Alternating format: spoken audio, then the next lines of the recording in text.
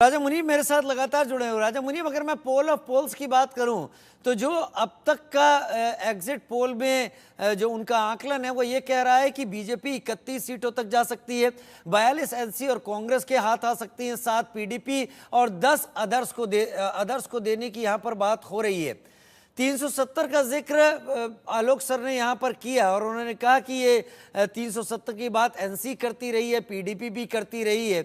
अगर इस पर जोर देने जैसी बात होती है तो क्या आपको लगता है कि चीजें फिर वही रह जाएंगी जो जिसकी उम्मीद की जा रही थी, या फिर वही सिचुएशन पैदा होगी कि एक बार फिर राज्यपाल का शासन हो? देखिए, जहां तक 370 की बात है, दोनों पार्टीज चाहे वो पीडीपी है चाहे वो एनसी है, उन्होंने इलेक्शन इसी प्लान पे लड़ा है कि हमको 370 जो हमारे साथ गलत हुआ और हम वापस चाहते हैं।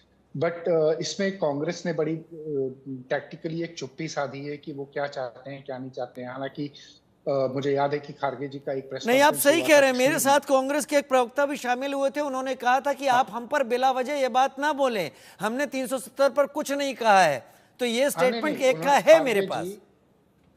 खारगे जी का एक प्रेस कॉन्फ्रेंस था कश्मीर में, श्रीनगर में हुआ था। उनसे एक जर्नलिस्ट ने एक सवाल किया कि 370 पे आपका क्या कहना है। तो उन्होंने ये कहा, उनका कहना ये था कि देखिए, स्टेटहुड जो है वो बहुत इंपॉर्टेंट है और हम चाहते हैं स्टेटहुड वापस आए। 370 पे हमने ऑलरेडी, हमारी वर्किंग कमेटी ने एक पेपर निकाला है, मगर कुछ भी अगर स्टेट में चाहिए तो उसके लिए स्टेटहुड बड़ा जरूरी है वापस आना। तो जब तक स्टेटहुड वापस नहीं आएगा कुछ और नहीं हो पाएगा।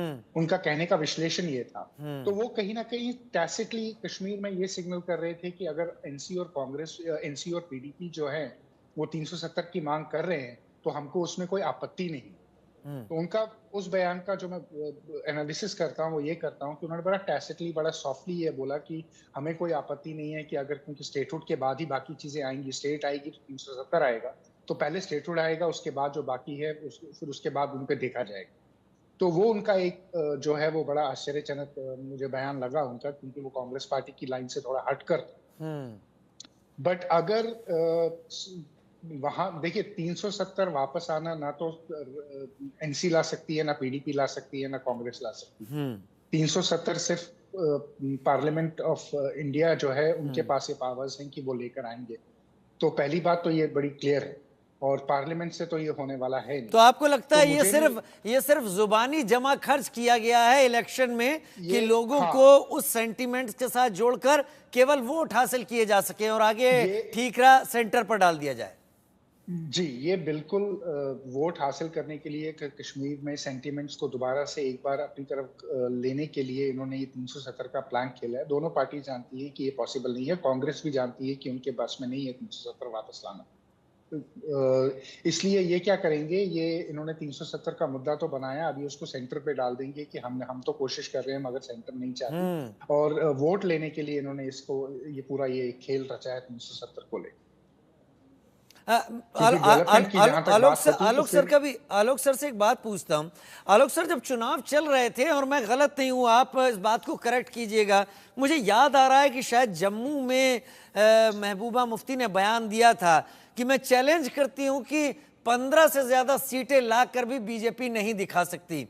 अब टेंटेटिवली जो सारा एक पोल ऑफ पोल्स का एवरेज आ रहा है वो 31 सीट्स पर आ रहा है। तो 31 सीट्स तो मान सकते हैं कि अगर इस एग्जिट पोल को एज इट इज ले लिया जाए तो बीजेपी वहां पर पहुंच रही है, और कुछ डेंट लगता है तो उससे कमजोर पीडीपी की महबूबा मुफ्ती होती है, या पीडीपी पार्टी के तौर पर कमजोर होती है कि आकलन करने में फेल रही है? बिल्कुल आपने ठीक कहा। जो उनका दावा है, मुझे लगता है कि जरा अति उनका भी सोच रही है। और आप जो वहां पर भी गुलाम नबी आजाद की पार्टी का जो पुराना, चाहे ज्यादा वोट न भी मिले लेकिन उनका जो प्रभाव रहा है उसका भी फायदा बीजेपी को मिलेगा। और महबूबा मुफ्ती नेशनल कॉन्फ्रेंस के साथ, जैसा अभी आपने कहा, वो तो उनको लग रहा है जितनी सीटें मिले वो किसी तरह से यदि उनके साथ जुड़ जाए ताकि अपना अस्तित्व, पहले भी ऐसे वो तो पुराना परिवार का यदि देखा जाए तो अब्दुल्ला परिवार, मुफ्ती तो सब साथ में ही थे एक समय में, इसलिए अब उनके पास एकमात्र विकल्प यही रहेगा। और लेकिन अभी जो बात एक बार फिर से कहूंगा कि 370 को लेकर के ये कहना कि विधानसभा में तो पास करना ही अपने आप में, चाहे वो केंद्र पर टप्पा लगाए लेकिन विधानसभा में भी यदि पास करेंगे तो इसको एक बड़ा मुद्दा रहेगा। और मकबूल अब्दुल्ला का तो वो भी कह रहा है कि पाकिस्तान से आप बात करिए, वो भी एक जो मुद्दा है भारत सरकार की नीति के विरुद्ध। एक बार नहीं, कांग्रेस कई पार्टी बार। भी कई बार हमेशा ये कहा है, महबूबा का भी इस तरह का स्टैंड रहा है, अतिवादियों का भी रहता है। तो इसमें पाकिस्तान वाला मुद्दा भी आएगा, जो सेंटिमेंट जम्मू में जिसका प्रभाव हुआ है। और इसलिए मैं फिर से कहूंगा कि वहां भी जो वर्षों से जिसके लिए श्यामा प्रसाद मुखर्जी ने जिसके लिए बलिदान दिया, क्या वहां पार्टी ऐसी वापस कोई ऐसी स्थिति आए जिससे कि वापस हम वहां जहां थे 90 के इस दशक में वहां पहुंच जाए, जहां पहले वहां उग्रवाद हो, पत्थरबाजी शुरू हो जाए। क्योंकि सबसे बड़ा कारण यही होता है कि जब उसके बाद वहां पर उनको कई लोगों को जेल से छोड़ने का वायदा महबूबा मुफ्ती करती है, नेशनल कॉन्फ्रेंस करती है। जो लोग सचमुच में आतंकवादी आरोप में अंदर हैं, यदि उनको रिहा कर दिया जाए, देखिए रशीद इंजीनियर भी अभी जमानत पर आए, उन पर जितने साबित होगा नहीं होगा वो बाद में है, लेकिन यदि आप रिहा कर देंगे और फिर से पत्थरबाजी शुरू होगी, तो ये दुनिया की स्थिति देखते हुए कई ताकतें, भारत, चीन हो, पाकिस्तान ही नहीं, दुनिया की और ताकतें भी जम्मू कश्मीर में शांति के लिए नहीं हो, उससे भारत कमजोर हो, ये देखना चाहते हैं। भारत के लोग नहीं चाहते कभी। इसलिए इसके लिए तो भारत सरकार को फुट डाउन करके, जैसा अभी किया गया था 370, कभी भाजपा ने भी नहीं सोचा होगा कि 370 ऐसे एक झटके में खत्म हो जाएगा। किसी ने नहीं सोचा था, क्योंकि कोई सरकार अटल बिहारी वाजपेयी भी नहीं कर पाए थे ऐसा काम जो प्रधानमंत्री नरेंद्र मोदी ने किया है। इसलिए मुझे लगता है कि चुनाव इस जैसा वो कह रहे हैं, अच्छा स्टेटहुड का एक लाइन, हाँ मैं कह रह गया, स्टेटहुड का तो वायदा प्रधानमंत्री नरेंद्र मोदी और अमित शाह संसद में कर चुके हैं। हाँ, वो पहले ही हो चुका है। चालाकी, तो ये कांग्रेस ने चालाकी जो स्टेटहुड जो बोल रहे हैं, उनको मालूम है कि स्टेटहुड तो देने को बीजेपी वैसे ही तैयार है, तो श्रेय हमको क्यों नहीं लिया जाए, जैसे संविधान बदल देंगे, वो नारा दे करके कई जगह लोकसभा में हरवा दिया, जबकि संविधान नहीं बदला जा रहा था, ना आरक्षण बदला जा रहा था, ना कुछ हो रहा था। तो परसेप्शन में जहां बीजेपी फेल होती है, उस जो कि मैं जानता हूं जम्मू कश्मीर लोग ये कहते हैं स्टेटहुड में 370, जबकि स्टेटहुड और 370 अलग अलग चीजें हैं। 370 का नाम चूंकि एक सिंबॉलिक है, स्टेट समझे ना समझे, बहुत ही गरीब लोग हैं, गड़रिया हैं, कोई बहुत ही जिनके पास गाँव में दूर दराज में रहते हैं, जहाँ शिक्षा का अभाव है, ऐसी स्थिति में उनको 370 हटा दिया गया। उसका नुकसान जरूर भाजपा को है, लेकिन जम्मू में उतना उसका फायदा भी है, क्योंकि वहां के ऐसे लोगों को वोट का अधिकार मिला जो पिछले 60 एग्जैक्टली मैं राजा मुनीब को आपकी इस बात की तरफ ले जाना चाहूंगा। राजा मुनीब साहब, पाकिस्तान की लगातार कोशिश रही थी कि जम्मू कश्मीर में लोग अपने लोकतांत्रिक अधिकारों का यानी वोटिंग के अधिकारों का इस्तेमाल ना करें। कॉल आती थी, बंद होते थे, वोटिंग के लिए ना जाइए। ऐसी भी खबरें थी कि लोगों के हाथों में स्याही देखी जाती थी, किस किस ने वोट को ऑप्ट किया है। ये दौर से इस दौर में आना, जब 70% तक हम वोटिंग पर जा रहे हैं, ये अपने हक का इस्तेमाल करने का जो स्वाद, जो एक तरीका जम्मू कश्मीर की पब्लिक को लगा है, क्या ये ऐसी चीज है जो अब इर्रिवर्सिबल है और यहां पर पाकिस्तान मात खा गया? किसी के भी हक में ये रिजल्ट जाए, लेकिन यहां पर एक बड़ी जीत हो गई। ये तो बहुत बड़ी जीत है और ये लोगों को भी समझ आ गया है कश्मीर में कि वोट का पावर कितना इंपॉर्टेंट है और वोट देना कितना इंपॉर्टेंट है।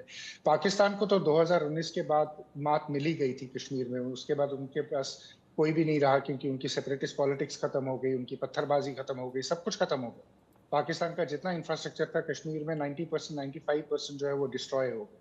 तो पाकिस्तान को तो पूरी तरीके से मात दी गई है इस पे, और ये इरिवर्सिबल ही है, क्योंकि होगा क्या कि जितना आप लोगों को ग्राउंड पे डेमोक्रेसी को एम्पावर करते हैं, उतना लोग जो है वो डेमोक्रेसी के साथ मैं माफी के साथ राजा मुनीब साहब आपको रोक रहा हूं, थोड़ा वक्त की कमी है इस वक्त, लेकिन आप और आलोक सर के साथ जम्मू कश्मीर के इस रिजल्ट को समझकर कई चीजें बहुत साफ हुई हैं। आगे क्या इक्वेशंस बन सकती हैं ये भी समझ में आया, लेकिन बड़ी जीत ये है कि जिस हक का इस्तेमाल करना जम्मू कश्मीर का नागरिक सीख गया है, उससे उसे वापस एक बार फिर खींचना ये करीब करीब इम्पॉसिबल है। यानी अपने हक का इस्तेमाल करना, और धीरे धीरे यही जम्मू कश्मीर को बेहतरी की तरफ आगे ले जाएगा।